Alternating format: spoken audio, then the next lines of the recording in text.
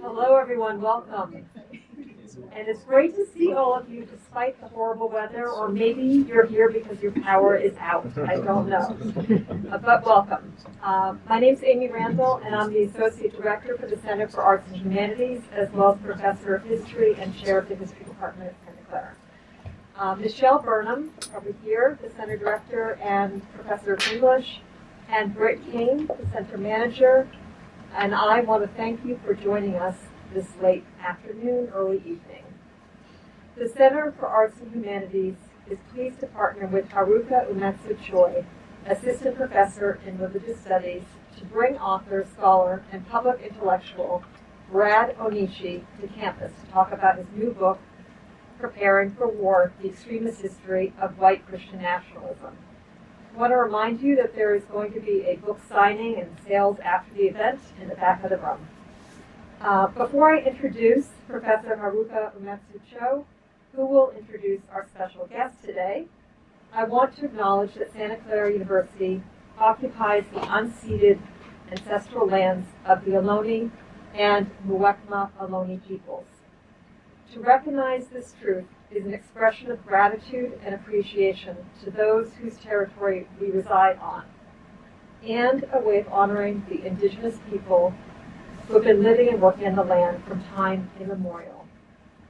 I'd like us to take a moment of silence to register this land acknowledgement, pay respect to the Ohlone and Muwekma Ohlone elders and peoples, past and present, and as we do so, to also recognize that land acknowledgements do not exist in the past tense, as colonialism is a current and ongoing process.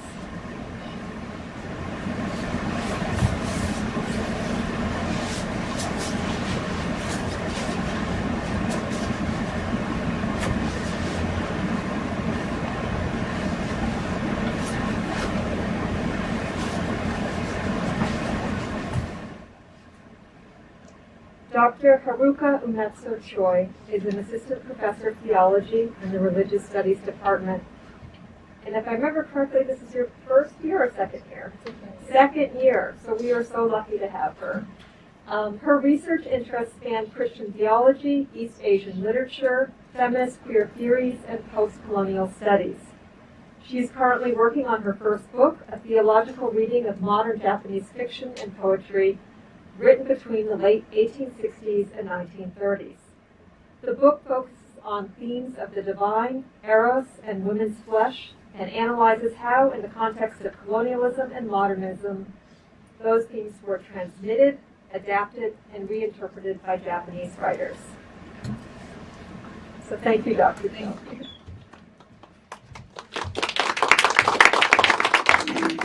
Thank you so much for the introduction, Amy, and thank you so much for your presence tonight.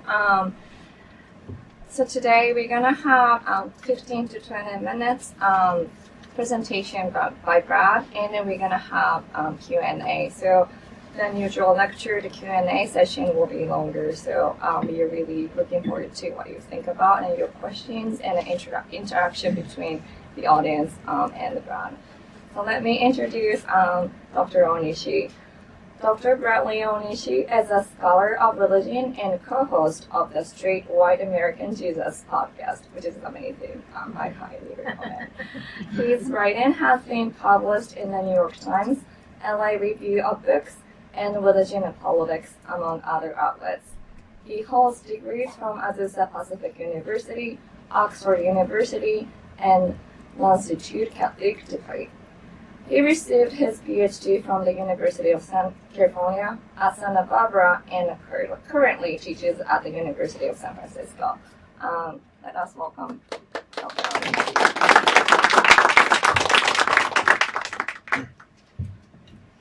Well, thank you so much for coming out tonight. Thank you to Haruka for that great introduction, and for everyone who helped to make this event happen. I'm really grateful. And I think there's a basketball game tonight. Is that true? So Yes. I know. So yeah, maybe part of me just thinks maybe the stadium was full and this is like the very sad overflow room or something. But anyway, we'll hopefully make it as fun as we can. So I want to talk today just about the very sort of basic contours of white Christian nationalism. and happy to answer questions on anything sort of related as we get going. So just real quick, my podcast is Straight White American Jesus. We don't think Jesus was straight, white, or American, but we do want to figure out why so many people do think that. I do get a lot of emails from the Daily Wire and other places that want to advertise on the show because they think finally someone's speaking about, the Jesus we love and admire. So there you go. So I think one of the first things to talk about is that Christian nationalism exists on a spectrum, and I'll talk in a minute about, I think, three main facets of Christian nationalism. But if we think about it as on a spectrum, I think it's really helpful. So Sam Perry, Andrew Whitehead talk about in Taking America Back for God that some Christian nationalists are extremists and prone to violence. Others are less hardcore but willing to affirm Christian nationalist tenets about the supposedly Christian founding of America or God's plan for the country. But Christian nationalism is a spectrum because, according to them, it is less about Christian beliefs and doctrines and more about historical identity, cultural preeminence, and political influence. I think this is just really important to talk about as we begin. Christian nationalism is, it's often tempting to ask, well, what do Christian nationalists believe, right? What is a Christian nationalist theology? And I think the better question is, what is the story that a Christian nationalist tells about the nation and about themselves? What's the story that they're telling about the United States and their role in the United States? And so it's a cultural cultural identity. It's a historical identity. The other reason I think it's important to talk about Christian nationalism on a spectrum is because it's easy to imagine Christian nationalists as militia members, as those who stormed the Capitol with the Oath Keepers, right? And if we take it as something that exists on a spectrum, we can see that there are folks who are your average church-going person. They sit in the pews. They're not part of a militia. There's nothing about their life that would make you think that they're a kind of an extremist, right? Prone to violence or some other thing. But in fact, if you ask them about their understandings of the United States, about themselves, they score very highly on Christian nationalist metrics. So just about 2 weeks ago, some of you might have seen this, PRRI and Brookings came out with a new survey. And they surveyed 6,000 Americans. And the results of that survey were that about 3 in 10 Americans score as Christian nationalists. So, 30% of the United States population scores as Christian nationalists in some way. When we get further into that data, it's about 2/3 of white evangelicals. It's about 30% of white Catholics. It's about 40% of black Protestants. And we'll talk a little bit in a minute about sort of white Christian nationalisms, black Christian nationalism, and so on and so forth. So now, within that data, there is the breakdown like this that shows us that there are some who are just full-on adherents to Christian nationalism, others who are sympathizers but have some reservations, and others who are skeptical or outright rejecting this. This is important to me because it brings us into the mundane. It brings us into the church with the middle-aged mother or father of two who goes to work every day, and you think that's not a proud boy. That person's not a Christian separatist, living in the faraway place somewhere, getting ready for the collapse of American society. And nonetheless, they are often a Christian nationalist, and they are often those that go under the radar and get sort of less scrutiny and attention. So, three foundational components. And I think I want to preface this by saying three foundational components of white Christian nationalism. And I'm going to explain how this happens in a minute with black Christian nationalism. When you break down Christian nationalism according to race, according to white and black, on the whole, what we see is that Christian nationalists often will answer very similarly on survey data when it comes to theology. Hey, what do you believe about the resurrection of Christ? What do you believe about the virgin birth? What do you believe about Mary, the Bible, creation? We can go on and on and on. Oftentimes, really similar theologically, drastically different when it comes to the understanding of the United States and the relationship of Christianity to it. So on the whole, when you look at data from white Christian nationalists, they have these three components. They tell you the story of the myth of the Christian nation.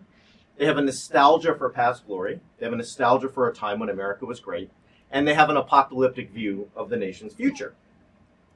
So in ideological terms, white Christian nationalists believe that this country was built for and by Christians. Okay, I think that's really important. If you want just like one takeaway, right? If you're here for extra credit, some of you are, right? Like, when am I going to write my report? I know how this works. Yeah, I've been around the block. Okay, what are you going to write in your report? Okay, take a note on your phone. Christian nationalists, white Christian nationalists, think that Christianity should be privileged in the public square, right? Period. Okay. If you made me give just a 10-second sort of definition, if you think Christianity should be privileged economically, politically, socially, somehow in the United States, you are a Christian nationalist. Okay. And so what sort of cascades from this foundational belief is the idea that the white Christian nationalist is central to the narrative of the United States, not only as a nation under God, but one elected by God to play an exceptional role in world history.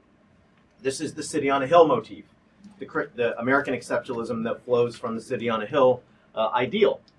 The Christian elements, belief in God's rule and election, are fused with a white nationalist ideology that the United States is superior to all other nations, that we should take an America-first approach to policy and trade, and that white people deserve to remain at the top of social, political, and economic hierarchies. Christian nationalists believe that the U.S. is a Christian nation, even if, and this is maybe surprising, some of them do not regularly attend church, read the Bible, or pray. So if we go back to that idea that Christian nationalism is a historical or cultural identity, and it's a story you tell, then it makes sense that there's a lot of folks who walking around who do score high on Christian nationalist metrics. And then you say, oh, great, what church do you go to? And they say, I have not been to church in 5 years.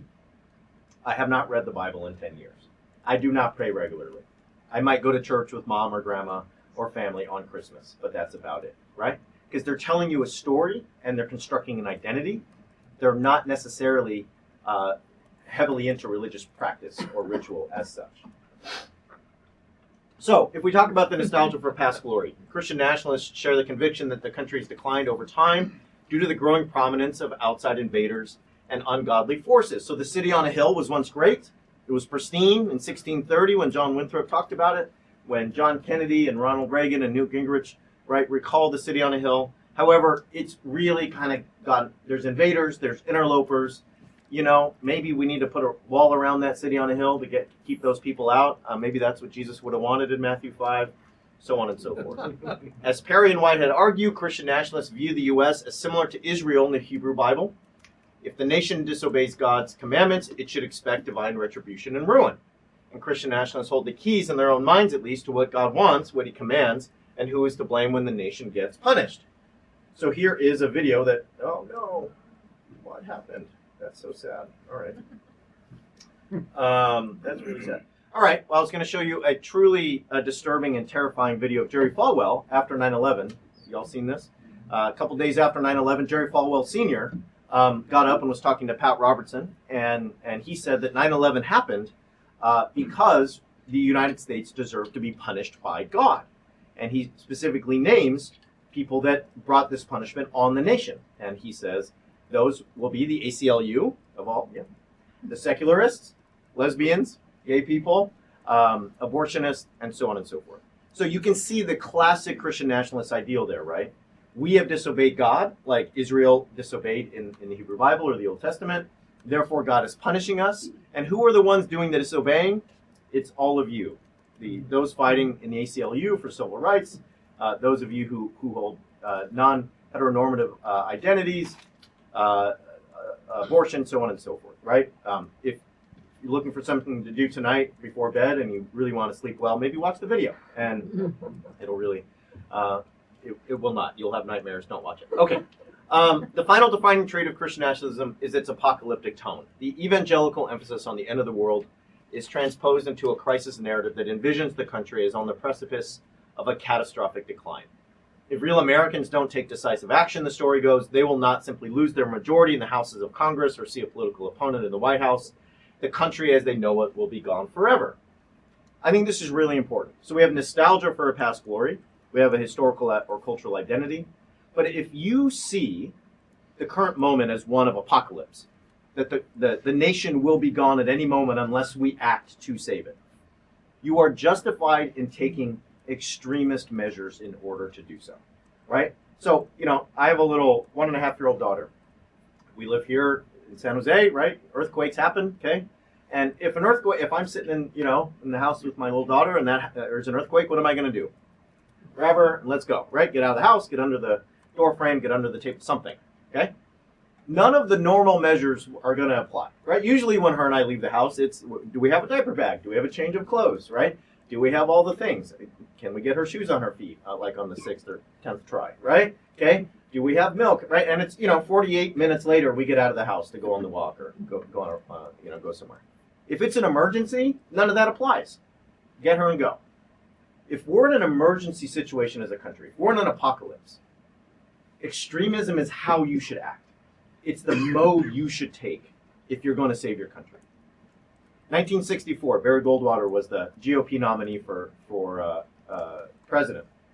Right up the road here at the Cow Palace, he says in his acceptance speech, some of you all know this, he says, extremism in the defense of liberty is no vice, moderation is no virtue. Okay?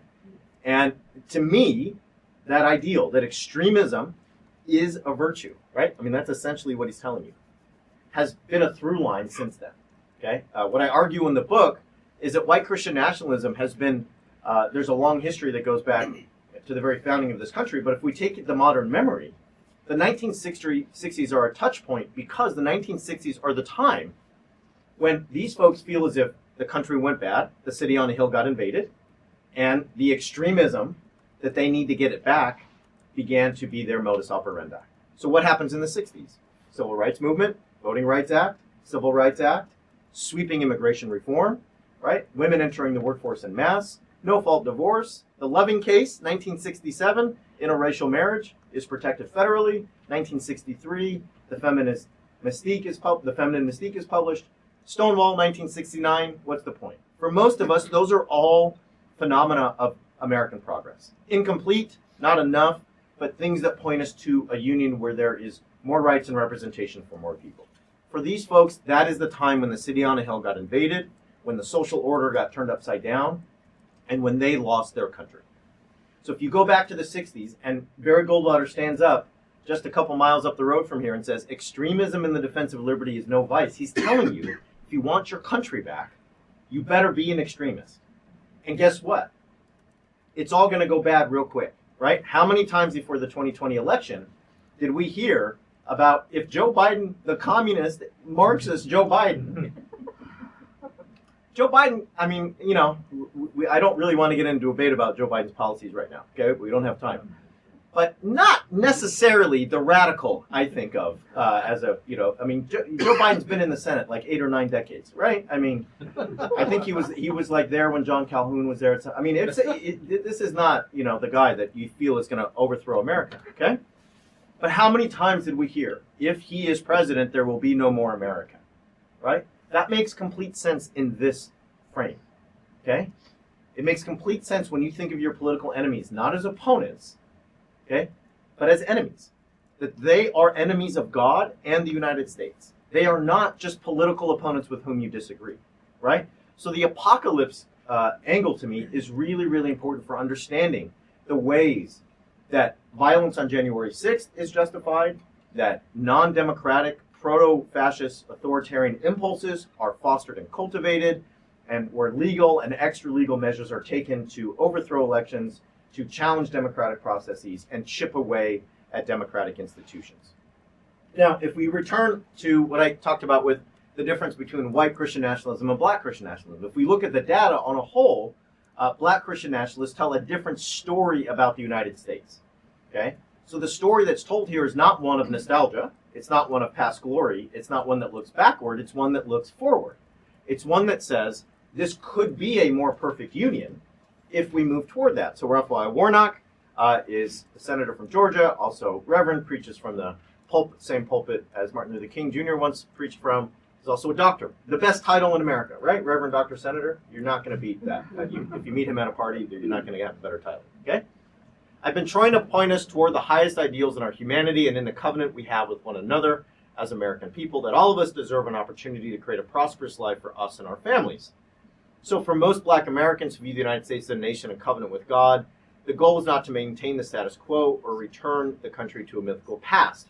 Rather, this version of Christian nationalism means pushing the nation forward to reach its potential and to more fully embody the view that all people are created equal with the right to pursue life, liberty, and happiness. So some of you may be thinking, well, I'm not sure we should have Christian nationalism at all. That scares me, no matter what version that it comes in.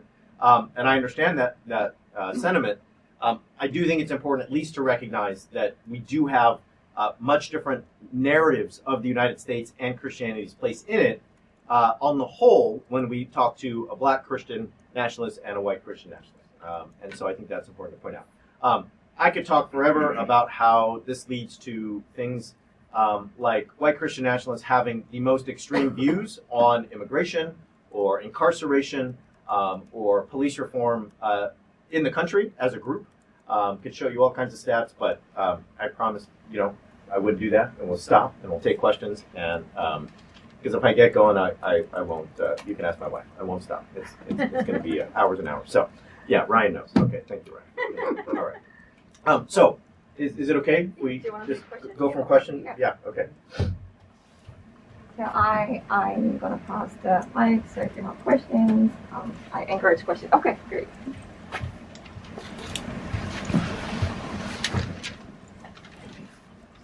Hi, this is fascinating. People that you said, 2/3 of white evangelicals, are they self-identifying as Christian nationalists, or are they showing the key elements of that? And do they think of themselves as white supremacists? Like, would they sort of identify? Yeah, sorry to say, I think whites have to take charge, or is it sort of they just betray themselves eventually? Yeah, great question. So thank you for asking it. It's important.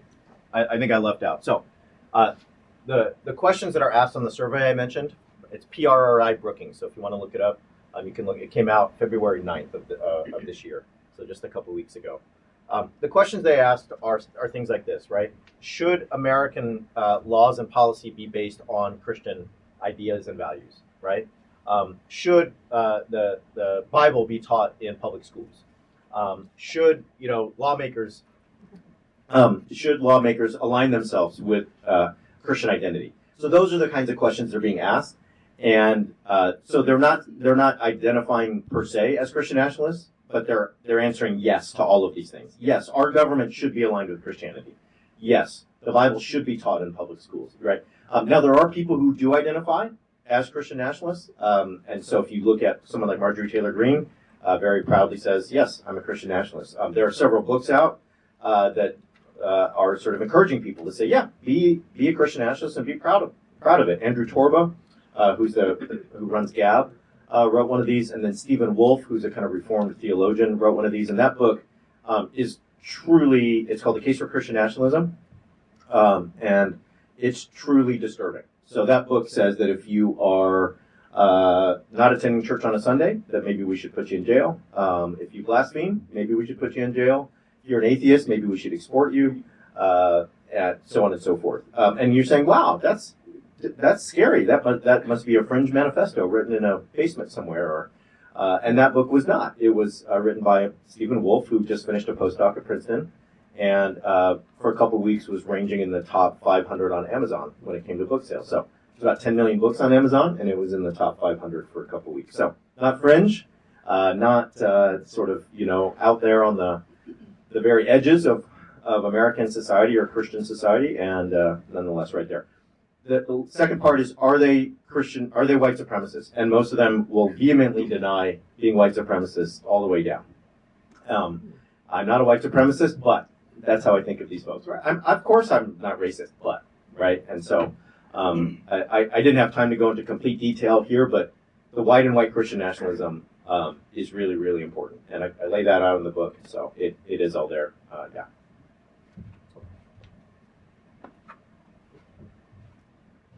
I'm not clear on the black Christian nationalism, because Dr. Warnock, what he said sounded like a covenant with America, not a covenant with God. I mean, covenant's not that loaded theologically, right? You can have covenant with whomever. Totally. And also, I really like Dr. Warnock. Yeah. So, yeah. Explain that for me more. Yeah. So, I guess my point with using Dr. Warnock as an example is just to say that, when the video works, you see this picture of Jerry Falwell telling everybody the nation deserves to be punished because of all you godless heathens and all of you other folks who are others and not real Americans, and this is why we deserve punishment. And when you talk about when you get to this story, right, it really is one that I think is one of hope and one of expectation rather than one of fear and nostalgia, right? Now, I think the issue where the rub comes in is if you're talking to somebody who is a black Protestant, black Christian, and they want to privilege Christianity in the public square somehow, is that problematic, right? I mean, does that remain problematic? And I'm not saying that Reverend Warnock wants to do that, right? We have to ask him. I've emailed him. He has not emailed me back yet. But I think what the reason I always want to talk about black Christian nationalism is because there are a lot of black Protestants who do score highly on these survey questions that I just mentioned. But when you ask them about what those mean to them, the story is a lot less about nostalgia, fear, and violence, and much more about expectation, hope in the future. And so I think that's at least worth bringing forth, even if Christian nationalism in any form might not be something that any of you personally, it just depends on who you are, would welcome in the country at all. So, yeah. Thank you.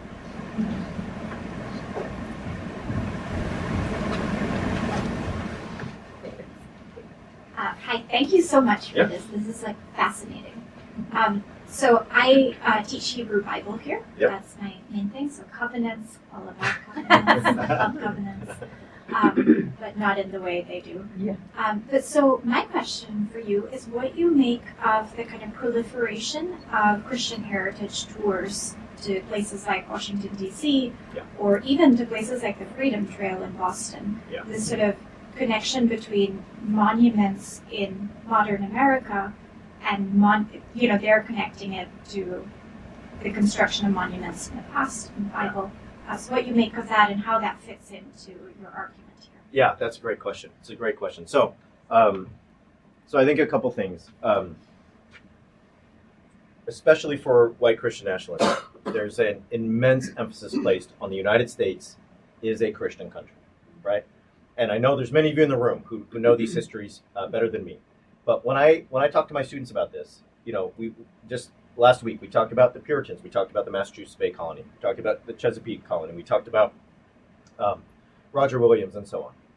For me, the message is not, right, that there's no Christianity in the history of the United States. Of course there is, right? There's deep and wide histories of Christian people in the United States, whether that is in 1630 in John Winthrop, or that's down in Virginia, or wherever it may be. But what happens in this story is just a complete flattening of the story, right? It's a reduction, okay? It doesn't recognize the differences among those Christians. It doesn't recognize the non-Christian presences, the Catholic presence, Roger Williams being a dissenter and sort of going off to Rhode Island and founding a whole different place, so on and so forth, okay? So it flattens the story into one that just says, everyone who you think of as a founder, as a kind of incredibly important original figure in the United States, Christian. Christian values, Christian ideals. That's what they wanted, right? So you flatten that story, and then what you want to do is you want to go map that story, right, in the territory of the United States. And you're operating very much within kind of what Cotton Mather would have thought, right? That this is the new promised land, right? We have American exceptionalism. This is the new promised land. We are the new Israel. So we're going to go map ourselves in this territory, right, of all the places where the hierarchies have happened, the axis mundi, right, of America's Christian founding. And so that could be Mount Rushmore, right? That could be going to D.C. So I think one of the fascinating components in D.C. right now is the Museum of the Bible, right? And there's great scholarly work being done on the Museum of the Bible as kind of one of these places that is like a way to reclaim D.C. as a kind of axis mundi of Christian founding rather than the den of sin or the swamp or however it may be conceived in other lenses and other visions. The Freedom Trail, wherever it may be, right, what you're doing is, if this is a story, if this is a historical identity, well, you're going to go visit all those places that are part of your heritage, right, that build that identity, and so you can tell that story. I used to live in D.C., and I used to take walks at night, around the Lincoln Monument or the Roosevelt, et cetera. And I would meet these groups, and I'd listen, and I would hear the stories they were telling about the ways that the country was founded, and it was very much in line with building the historical identity we're talking about here. So I hope that helps. Yeah. Thanks so much, Bradley. I'm also on the religious studies faculty, theologian here. My question is about, you started to talk about Roger Williams and the Catholic aspect of it. And my question kind of revolves around Biden, I guess, and not his policies, as we already kind of bracketed that, but thinking about him as a, ostensibly devout, practicing Catholic, and somebody that is engaged in spiritual direction with people at the Jesuits at Georgetown. Our former president Kevin O'Brien is a close friend of the Biden family. That in this narrative of white Christian nationalism, we have this sort of gloom and doom apocalyptic, if Biden is elected, it's the end of America, and yet he is more practicing a religious person, he's practicing his religion much more fully than many of the people who belong to these movements. So I just wonder if you could comment on that. Like, what are the dynamics of that? Is there data that, gets at, say, anti-Catholic sentiment in some of this? I was also struck by the 30%, the lowest of the statistics that you named, of what people that, match as, show up as white Catholic nationalists are Catholics. So if you could just ruminate on some of that. No, it's great. This is a really important, thank you for that question. It's a really important one. So this is one of those confounding things, right? If we look at the 2020 election, Joe Biden versus Donald Trump, as you say, Joe Biden is a regular mass attender, sometimes multiple times per week, is incredibly engaged for his entire life with his Catholic faith. And there's evidence of that. I mean, we can go, if we want to sort of have empirical data, we can see all the places Joe Biden goes, the direction he takes, so on and so forth. If we're talking about a story rather than theological belief or religious practice, then it's very easy for the folks I'm talking about today to render Joe Biden as not a real Christian and not a real American. And so you can stand at the barbecue with your cousin and say, listen, Jeff, he goes to mass like 3 times a week. He's been going to church his whole life. He's a regular attender. He's devout. Here's all the evidence. Let me show it to you. And the response is, not a real Christian. Why? Is it because he doesn't pray to the right God? Is it because he's Catholic? It's not, in my mind, no. What I try to make out in the book is there's a long-standing coalition going back to the 60s between white Catholics and white evangelicals. And that really surrounds, right, issues like, reproductive rights, foreign policy, gender and sexuality, right? So there's been and many in the room know this better than I do, but there has historically been anti-Catholic, right, movements throughout United States history on the part of Protestants, white Protestants. In the 60s, we see a kind of unexpected coalition form where white Catholics, white Protestants really kind of join forces when it comes to the issues I just talked about. And so to me, the Joe Biden is not a real American, not a real Christian, is less anti-Catholic sentiment and more look at his approach to abortion. Look at his approach to reproductive rights. Look at his approach to same-sex marriage. In this world, those issues are at the level of doctrine. I mean, they're up there with the resurrection of Christ, the virgin birth, and so on and so forth. I mean, those policy issues are on par, right, with the kind of foundational components of Christian theology. And so Joe Biden's not a real Christian, where somehow Donald Trump shows up for many as the very person that Christian America needs. I'll give you one more example, just because Jimmy Carter went to hospice this weekend. He's 98, right? So 1980 election. Some of y'all know this history, okay? But 1980, we have an election between Jimmy Carter and Ronald Reagan, right? Jimmy Carter is like made in a lab. If you want a white Christian president, it's like you were playing a video game and you got to make your character, right? So he's born a Southern Baptist family, rural peanut farmer in Georgia, right? From the South, from a country place, a small place. He's not from New York City or LA, okay? Marries his high school sweetheart. Him and Rosalind have been married like over 70 years now. They've been married over 70 years. Becomes a military officer, okay? Serves in the U.S. military as an officer. When his daddy dies, goes home, takes over the farm. Leaves the house with his Bible, teaches Sunday school. This guy's made in a lab. And guess what? After 4 years of him as president, that coalition of white Catholics and white Protestants I just talked about, they wanted nothing to do with Jimmy Carter. They wanted him out. That was their whole mission in life. Who did they want? Ronald Reagan. Ronald Reagan, a Hollywood actor from the den of sin, Babylon itself, Hollywood, okay? Divorced, totally for abortion when he was governor of California, of this state, right? Not a great relationship with his kids, okay? That whole family values discourse. Nancy Reagan, his wife, when they got to the White House, had an astrologist follow, her around. And no shade to astrology students, okay? So don't email me later. Don't at me later. But evangelicals, they're not usually into astrology, right? So here's my point. That was an election that showed us this is about power, not piety. This is about identity and policy, not about religious practice, right? Jimmy Carter may be a Sunday school teacher, but he was a dove when it came to foreign policy. He appointed more women and people of color to the judicial bench than anyone before him, right? He did not take a hard line when it came to what many of his opponents considered non-traditional or non-Christian forms of family, and so on and so forth. So anyway, my point is, I think that really, if we take that election, it really highlights for us kind of what happens with Biden in 2020. I'll just give one. Sorry, you just got me going. But so one more thing is, right?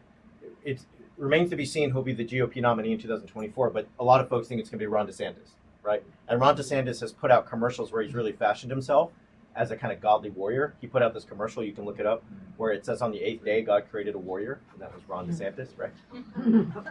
So, that's a thing. So tonight, get some tea, Jerry Falwell video, Ron DeSantis commercial. It's a nice little Thursday. What's the point? Ron DeSantis is Catholic, right? Ron DeSantis is Catholic. So I don't think Ron DeSantis being Catholic is the issue, is going to be an issue for anyone. I think it's more, where does he fall on immigration? Where does he fall on migrants and flying them to Martha's Vineyard? Where does he fall on vaccines? Where does he fall on CRT and school curricula? He falls way to the right, even of Trump, so he might just be our man, whether I'm Catholic, Protestant, or someone else. So. Yeah. So what I want to, everything's very interesting. I mean, I'm enjoying everything right now.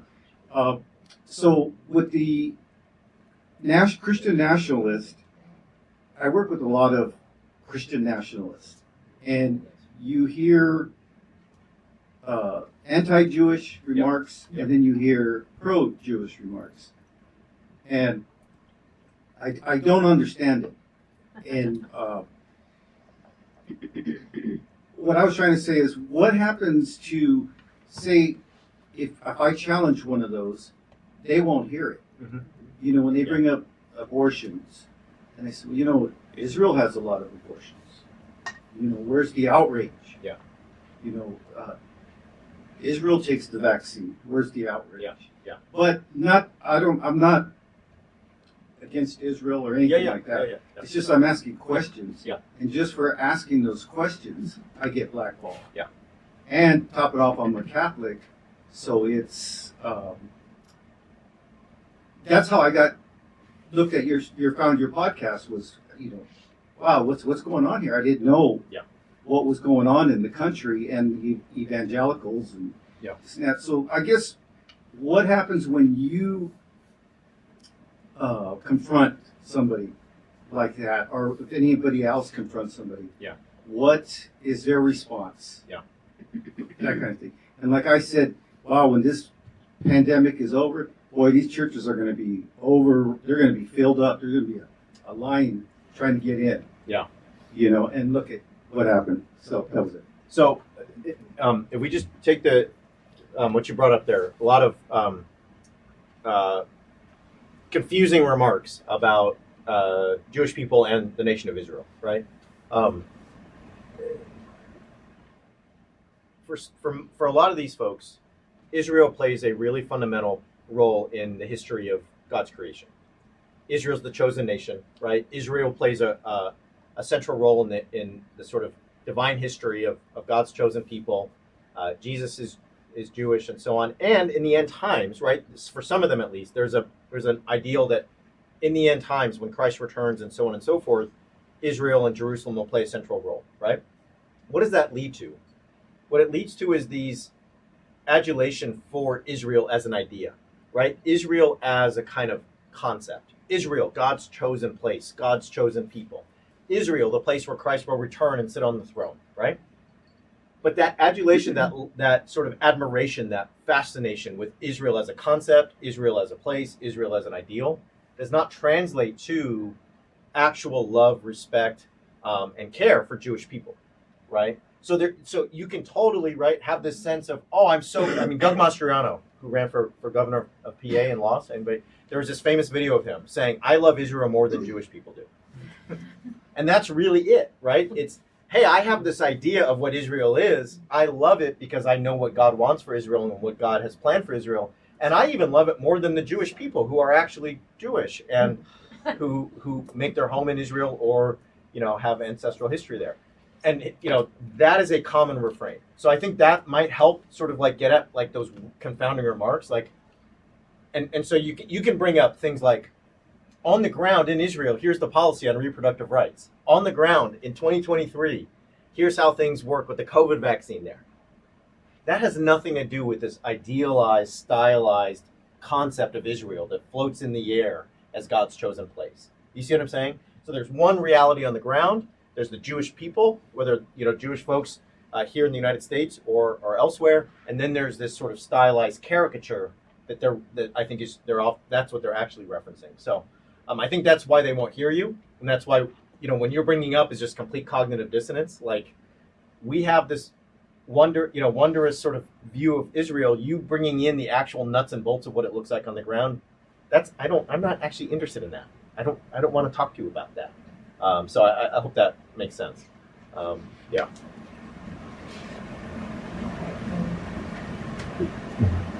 Let's go.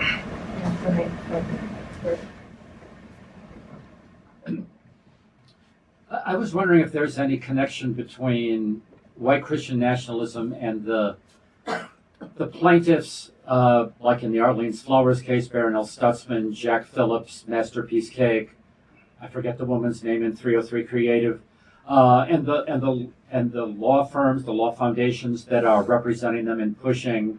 Of course, now they're pushing not only free exercise of religion, but First Amendment free speech claims. Yeah. Is there any connection between those folks and white Christian nationalism? Oh yeah, very much so. Yeah. So I think all those cases, and if you're not familiar with those cases, those are cases that are, are cases that say, I'm a baker and I don't want to make a cake for a gay couple in their wedding, and I should be protected. That's religious freedom, right? And I think for me the core, and not going to have time to get into all the details and weeds with this, but for me the core takeaways from those cases are, we want to make everything we do in the public square a matter of our religious practice or our religious identity, and thus it can't be touched by any other kind of claim to civil rights or anything else. So if what I am doing in the public square, right, selling cakes, okay, or anything else is a matter of my religious practice, even though I'm the owner of this cake shop and I've set up an LLC or a corporation, right, such that I'm not responsible if you try to sue me, or I'm actually doing business under a fictitious name, right? I actually, when it comes down to the economics, I have like shields to protect me from losing my house if I serve a cake that like makes someone sick. And yet when it comes to me making a cake for the gay couple, I'm claiming that that's religious practice. And so to me, this is just a way that religious freedom is being enlarged over the last couple decades in order to privilege Christianity in the public square, right? Those two things go hand in hand. If we can make religious liberty expanded into every action, every utterance from when I leave the house, then we can claim that at any turn, whether that's Hobby Lobby, right, and not wanting to provide healthcare to their employees, whether that's making a cake, whether that's sending money to religious schools in Montana or other places by way of vouchers. All of this seems to be a way to kind of privilege Christianity in the public sphere. So I think there's a direct link. Yeah, just a short answer, but yes. Yeah. Hello.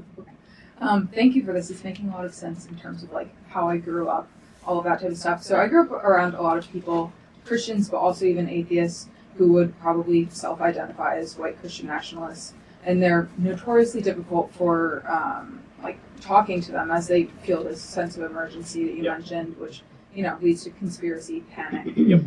Is there an effective way that you've found to have a conversation with people who believe that we're a step away from an apocalypse, or that a politician holding a belief that doesn't necessarily align with theirs inherently makes them evil?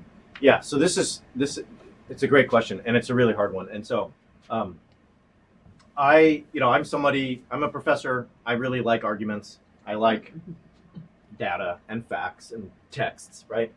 And like many of you in the room, I have found by experience that it's rarely effective at the barbecue with my cousin, or in the car ride with my friend, or my coworker standing, after we played basketball on a Saturday, whatever. It's not very helpful. So what is helpful, right? And I think for me, and this is not a foolproof plan, this is not a 10 steps to success.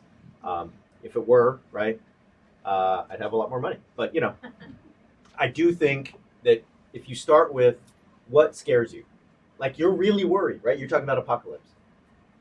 Talk to me about what scares you. Well, what do you think is going to happen? Okay. What angers you? What are you so anxious about? What are the things that you're just most scared about raising your kids in this world? What do you hope for, right? And all of a sudden, right, the questions you're asking are ones on the level of emotion and affect, okay? And they're probably going to tell you things that you disagree with at every level. And you need to be safe in these relationships, right? So first thing I would say is, if you are in these conversations, make sure you're safe, right? Depending on your identity and your embodiment in the world, make sure you're safe. And if you are, and if you feel like you can continue, you're probably going to hear some things out of their mouth that you're just like, I agree with nothing you're saying, and I'm getting more and more angry as you keep going, right? The temptation for me is to say, here's why you're wrong on every count, pal. I'm actually dumber for listening to you. Wow, thank you very much. Okay, let me show you all the data. I actually brought some notebooks here. Let's go through it, right? And that does nothing. If I listen and I continue to steer back our discussion to emotion, fear, anxiety, worry, hope, then maybe they might let me do that to you. Maybe they might let me talk about my fear and my hope and my anxiety, right? My anger, my grievance. And then maybe there's a moment where we're two people, right? We're two coworkers, two friends, two cousins, whoever it may be, having a discussion on a very human level. And they see me as just that, a human, who just like them is scared, anxious, worried, afraid, and hopeful. And everything they heard about me, that I was a godless heathen, everything they heard about me, that I have serpent DNA, and that I smell like sulfur, and that I want to kill America, and I hate little babies, and I want to feed them to the elites, right? Everything they heard, maybe it evaporates for that 10 minutes. And they're like, this is my cousin. This is my friend. They're human like me. And we just had a good discussion. You know what? I hope we can do that again, right? And hope maybe a little space is carved out, and a little trust, and a little mutuality. It's going to require a lot of patience. It's going to require a lot of tongue holding. It's going to require a lot of willingness to kind of just, let them talk. But that is, I think, for me, in my experience, the best way. The fact checking, the kind of I gotcha, I think and I know it rarely leads to any converted hearts or minds. And so it's not easy, but I think that's where we have to go. Yeah. Hey, how you doing? Thank you so much for this. This is fantastic. I'm also in the religion department here. My question is around apocalypticism and its changing enemies, right? So on the domestic level, those enemies seem pretty consistent: Black people, brown folks, certain segments of women, queer folk, Muslim folks, right? But on the international level, it shifts, it changes, right? So, Russia used to be Gog and Magog within, evangelical eschatological frameworks, but now they're all in love with Putin, right? Can you just kind of, maybe speak to that sort of changing nature of enemies within apocalypse? Yeah, it's such a great question, and you're exactly right. So, one of the arguments I make in one of the chapters of the book is that all it took to change, for White Christian Nationalists to change their stance on Russia was it to go from a communist place in their mind to an authoritarian one. And once it became authoritarian, they're like, oh, we can get on board with this. Okay, this works. Okay, and so I think that's a kind of key to understanding, right? That globalism, collectivism, these have been entrenched in this world as from the devil going back a century or further, right? Collectivism, globalism, United Nations, all the way back, bad, bad, bad. However, what's happened over the course of the last 2 decades is someone like Putin and then eventually Orban become seen as these actually exemplars of Christian leadership, right? So Paul Weyrich, the architect of the religious right, folks like Dobson and Focus on the Family and others in that family values discourse, they were creating liaison with Russia all the way back to the 90s, right? So that, when Trump became president, there was this like admiration for Putin and everyone was like, what's going on? Not new. Decades in the making. Because they recognized a couple things. A, we don't have the votes at home to convince everyone to come to our side. We're a shrinking demographic. So democracy may not be our friend. Okay, so what is our friend? Well, maybe if we had a leader like Putin, who's authoritarian, doesn't have to wait for Congress to do anything, or the Supreme Court or anyone else. And, I mean, just 2 days ago when Biden was in Poland, Putin got up there and what did he talk about in his speech? It sounded like Tucker Carlson. It was like American culture war stuff. He's talking about the spiritual heritage of Russia, Russia's Christian values, traditional families, and the domestic enemies that you talked about, right? Queer folks, immigrants, those from the outside, right? That was Putin's.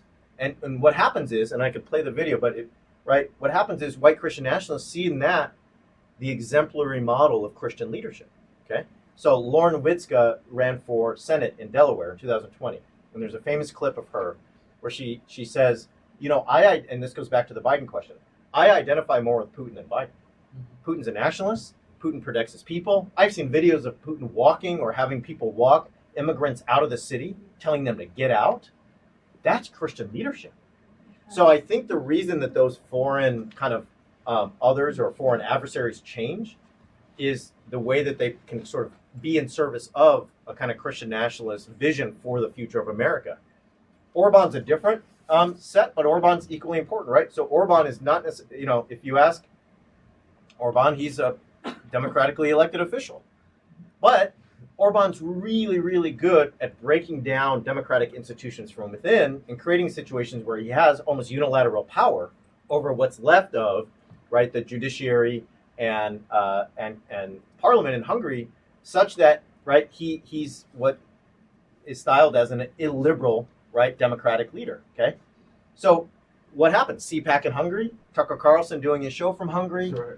Rod Dreher is out here just talking about how Viktor Orban is the world's best Christian leader. So I think those changing sort of allegiances and emotions or whatever a better word would be there are really due to the style of leadership and the way that those folks style themselves as Christian leaders. And it's really scary. But yeah, there's a whole chapter there about how the family values discourse of something like Dobson gets infused into Russia. And a lot of Russian oligarchs and leaders really see this as, oh, we can use this. And then a lot of Americans in turn are like, oh, we could use a lot of what y'all are doing when it comes to authoritarianism, rampant xenophobia, militant queerphobia, and so on and so forth. And it also helps that Russia is one of the whitest places on earth. Right. And so that's just something we should probably say. So. Hi, as a historian of the Soviet Union, I have to agree with everything you just said. But I wanted to, anyway. Putin likes to refer to Europe as Gayropa. Just to give you an example. But if I understand correctly, your own past, when you were younger, you were a part of what might be called a version of these white Christian nationalist groups. Can you talk a little bit about belonging and fear as a young person and the appeal of these ideas and the different ways that young people might fit into these groups, not just in person but also the online aspects. Yeah.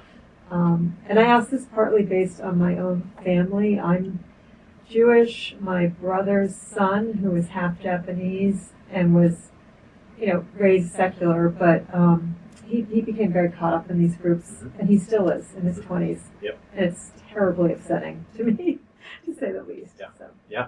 So I grew up in a non-religious household. I converted when I was 14. I got invited to a Wednesday Bible study by a girlfriend in 8th grade, and I just thought this is a really good way to get out of the house on Wednesday night when you're 14. And I went and just got totally enamored by the youth group. So girlfriend dumped me very quickly after, but I stayed at church. And basically what I found there was an overwhelming sense of belonging. I mean, the community aspect was, as a teenager, really, really attractive.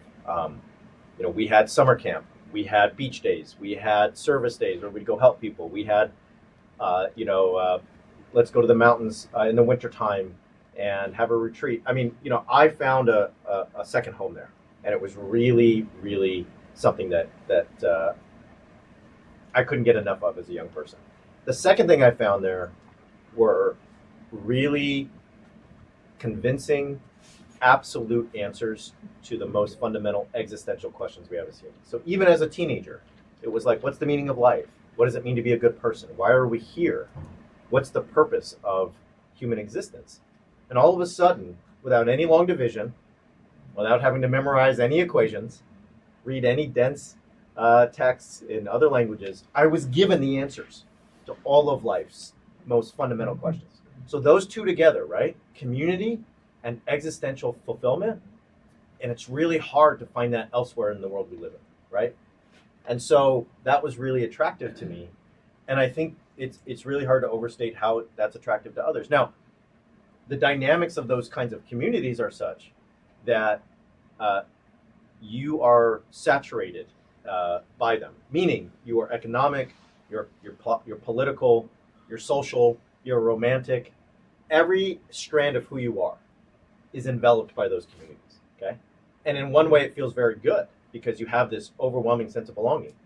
But it's really hard to leave that kind of community. I mean, there's people in this room who know that when you leave that kind of community, you essentially start over and you have no sense of who you are apart from it. And so the work of leaving those kind of communities, the work of reconstructing your life after you have departed, is excruciating and lonely and isolating. So I think there's a lot of folks that are like, I don't want to do that. I mean, unless I really have to, unless things really hit a place where I just existentially, right, have to kind of take a turn out of here, I'm not going to. But the other thing that happens in those communities is that conformity is a high value, right? So when it comes to the issues that we talked about earlier with Biden, when it comes to reproductive rights or sexuality, gender, there's very little room in those communities to say, hey, I'm part of the community, I'm committed to the cause, I'm totally up for what we're doing here religiously, but I'm totally feel this way about reproductive rights, right? At that point, it's like, great, we're glad you feel that way, The door's over here, okay? And, you might need to think about using it if you're going to get out here and keep talking like that. In 2004, I wanted to vote for John Kerry, not George W. Bush. And I told my elders at church, I was a minister at this point. So I converted at 14, I was a minister by 20, was married by 20. I went to seminary right after I finished college. And I told my mentors at church, hey, I'm going to vote for John Kerry. I think he has a platform that is more Christian. That was my idea. Okay. And they said, that's great, Brad. We totally hear you. But he's a murderer. He's pro-choice. So if you want to vote for the murder of millions of babies, get out here and go for it.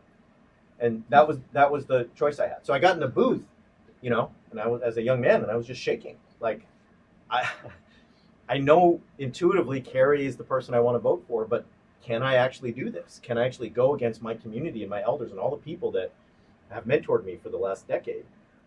Those are the kinds of choices you're presented with. For me, it led me out. Those kind of events led me out of the community, and they became too much for me to actually sort of stay. But I think that, when you talk about your nephew and others, this is why I think, there's a lot of glue holding them in, and it's heartbreaking. Yeah. So I'm going to take us back to Russia and Trump for a second. I've always been curious about the origins of Trump's fascination with Russia, and do you see his political and then his alliance with the, Christian nationalism, which I always thought was just sort of political strategy on his part, like this is how I'm going to win. But we hear that he, he first visited Russia for like a beauty pageant or something, but. Is it more sort of strategic than that? Did it start with was this being sort of planted in the seeds early on, or is that just a happy coincidence for everybody? So I'll just preface this by saying I'm not an expert on those like details of Trump's biography, right? And so I'm not somebody who's really done the homework there extensively. I think from my perspective in the work I do, what I would say is that what is less known by those who don't sort of masochistically study these things all day like I do, is that not only had the seeds been built there in sort of Russia identifying Trump as a kind of target and a useful kind of a useful node in a network they wanted to get into, but all of those sort of conservative, fundamentalist Christian elements had also been implanted. And so the idea that you could really use the family values discourse in Russia in say the 90s or the early aughts is something that a lot of folks haven't examined. And I'm happy to defer to those of you who are Soviet historians. But my understanding is if we look at like Russia in the 90s, there's a sort of sense of cultural revolution, the country opening up, the country sort of leaving behind that really closed Soviet mindset. And that's a moment where elites said, how do we keep people in check? This is kind of like the 60s in the United States. One of them is if we implant all of this American family values discourse about nuclear families, traditional values, getting married and being committed to one another as a way to serve God and country, that's how we stave off the sexual revolution, the sort of liberal approaches to gender, sexuality, relationships, so on and so forth. So I guess for me, I'm not, I don't think, able to say whether or not Trump sort of was tapping into himself a kind of fascination with Putin or anyone else as a kind of exemplary Christian leader that he could emulate. My gut tells me he was more of a useful idiot in those moments. But the apparatus is wider and more varied, I think, than most folks would perhaps consider. That the apparatus that he was being adopted into. Yeah. Thank you. Yeah. There's a great book on this. It just came out. It's called The Moralist International by Christina Stoekel, Stoekl, who's at the University of Innsbruck, and co-authored with Dmitry Uzlaner, Uzlaner. And that book lays this all out in the ways that the best I've seen. So, yeah. So kind of going back to how you said that white Christian nationalists kind of put the idea, like political ideas, at the top as everything else. Like one of those, as you mentioned, is like mass incarceration. Yep. Do you think that for like Black Christian nationalists, because I still kind of consider it in the same sphere, do you think that it's kind of limiting the progress for Black Americans because like so many Black Americans are incarcerated? Yeah. So even if it is in the same sphere as some parts of Black Christian nationalism, even though they're different, is it still limiting Black progress? It's a good question. So I think that this is one of those places where Black Christian nationalism departs widely from white Christian nationalism. So there's a book I'm sure many of you are familiar with, but there's a book by Phil Gorski and Sam Perry called The Flag and the Cross. And what they argue there is that for white Christian nationalists, there's this really important set of relationships of order, violence, and freedom, right? And for the white Christian nationalists, freedom comes from the social order being in its proper place. And that means with white Christians at the top and everyone else knowing their place, right? If that happens, life is tranquil, life is peaceful, the United States prospers. If it doesn't, we have chaos, we have uprising, we have all kinds of stuff that in their mind leads to decline. What's the point? Those folks naturally then, if you look at the statistics, do not believe we have a problem with police brutality in the country and are very much okay with mass incarceration for the sake of maintaining a social order, right, that they see as a certain way. The violence comes in because for them, violence on the part of white Christians who are putting the social order in the way it should be is totally justified and legitimate. Look, we had to act violently. We had to storm the Capitol. We had to act violently in this way or that way because the country was out of whack. And we're the ones who founded the country. We're the heirs. We're the God chosen people. the real American. So when we act violently, that's what God wants, to, just like in the Old Testament, to put things back in the way they should be. When others do that, right, it is never legitimate. It's never justified. It is never seen as something that can be somehow made coherent. And so mass incarceration, police brutality for the white Christian nationalists are violent ways to enforce the order that lead to freedom, right? The black Christian nationalist doesn't feel that way, right? That's different. So there's a great book by Janelle Wong about evangelicals. Janelle Wong's at the University of Maryland, and she shows on these issues how white evangelicals especially are furthest to the right of any group in the country on these issues. So like if you take a white person in America, on the whole they fall here to the right of the spectrum on, like, say, immigration. When you add in the evangelical, it pushes them right. Their Christianity pushes them right. And so I think that's true with incarceration. So I hope that, answered your question.